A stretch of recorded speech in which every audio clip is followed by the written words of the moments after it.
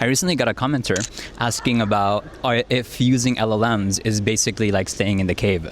So for those that aren't aware, what they're referring to is Plato's allegory of the cave, and it's basically a parable that there's a bunch of prisoners that are stuck underground, and so they're forced to turn to a wall, and like their only encounter with reality is that of images or shadows being paraded in front of them. So basically they're just like viewing images, so they're not actually like perceiving the real world. And from being able to like, or from being in that environment for so long, then you start to conflate what's like reality. So that's your own version of reality. But then one of the prisoners is able to escape, and then they're able to actually like behold the like actual real world.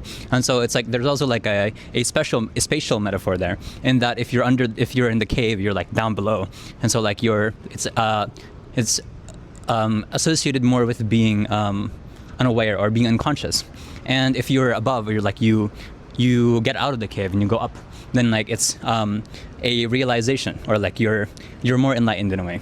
So in that regard, I think using LLMs though, it's like it's an interesting technology.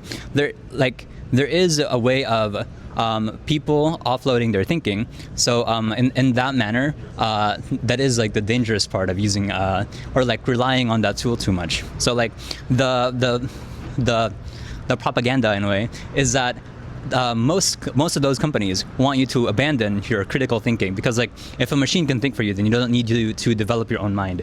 But that's a fallacy. That's another trap, because then you're going to be dispossessed as a person and you're not going to be able to articulate yourself. So in that way, you're staying in the cave. But the advent of being able to like simulate reasoning, or like also go through a lot of data and information, that's like the logical like necessity of LLMs. Because if with like a lot of text, like there's a lot of books, and we kind of have to like there's a delay in intellectual history, because there's just so many thinkers that are like putting out work, and you're not able to like read all of them.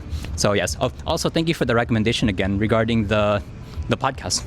And yeah, I have also another recommendation. It's by Rev Left Radio, and it's their deep dive on dialectics. I've been finding it pretty interesting so far.